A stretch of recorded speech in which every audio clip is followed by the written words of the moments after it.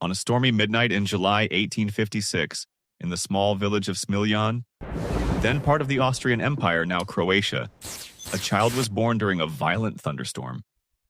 Lightning split the sky. Thunder shook the walls. The midwife, unsettled by the storm, called the newborn a child of darkness. His mother disagreed.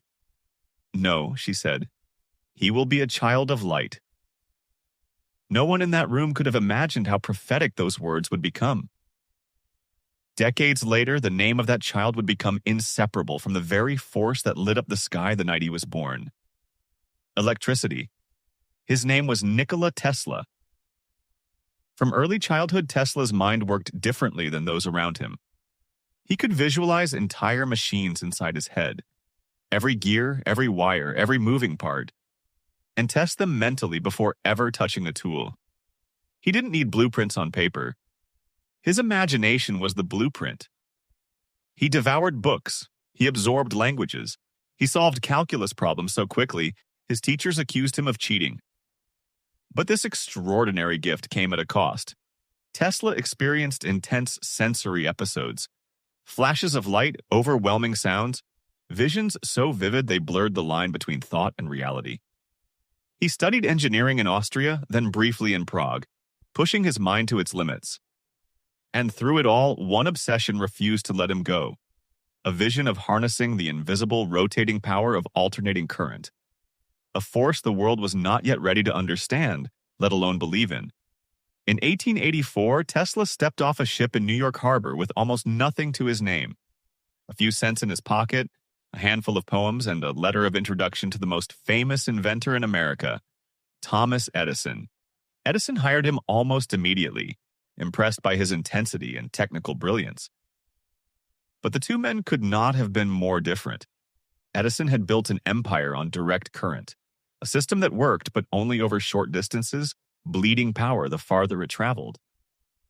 Tesla saw something Edison refused to see: alternating current, a system capable of carrying electricity across entire cities, entire countries with a fraction of the loss.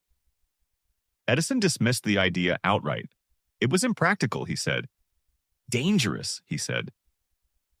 Tesla, unwilling to abandon his vision, walked away from Edison's laboratory and into an uncertain future, one where he would soon dig ditches for $2 a day just to survive.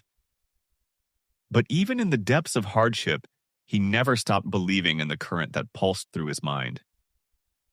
What followed became one of the fiercest technological rivalries in history, a conflict newspapers would later call the War of Currents. Edison fought to protect his empire by any means necessary, staging public demonstrations designed to frighten the country away from alternating current, painting it as a deadly, uncontrollable force. Tesla, meanwhile, found an ally who believed in his vision as fiercely as he did: industrialist George Westinghouse, a man with both the capital and the courage to build what Tesla had only imagined. Together, they lit the 1893 World's Fair in Chicago with alternating current, illuminating the fairgrounds with tens of thousands of light bulbs before the eyes of millions of astonished visitors. It was a spectacle the country had never seen. Proof, undeniable and glowing, that Tesla's system worked. Then came the ultimate triumph. In 1895, Tesla and Westinghouse harnessed the raw, thundering power of Niagara Falls, transmitting electricity across distances once thought impossible, powering the city of Buffalo, New York, 26 miles away. Tesla had won the war, and in doing so, he had laid the very foundation of the electrical grid that still powers the modern world. But Tesla was never a man satisfied with what already existed. He was consumed endlessly by what could exist. He envisioned wireless communication decades before radio became a household reality.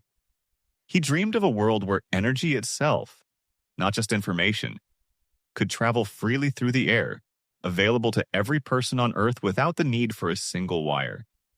At Wardenclyffe Tower on Long Island, Tesla attempted to build that dream into reality. A towering structure designed to transmit both messages and power across the entire globe. It was one of the most audacious ideas in the history of science, a vision so far ahead of its time that even his closest supporters struggled to grasp its full scope. it was also tragically too far ahead. Financial backers grew nervous. Investment dried up. The tower that once represented humanity's wireless future stood unfinished and was eventually torn down and sold for scrap during the First World War. Tesla watched his dream dismantled piece by piece. As the 20th century marched forward, Tesla's public fame quietly faded, even as his ideas continued to shape the modern age from the shadows. He spent his later years living alone in New York hotel rooms, his brilliant mind still racing with new concepts. Designs for death rays, particle beams, and machines that would never be built, some of them lost to history entirely. He found companionship not in crowds or colleagues, but in solitude, and famously in the pigeons he fed daily in the city parks, describing his bond with one particular white pigeon as one of the deepest connections of his life. See you in the next story. Don't forget to like and subscribe.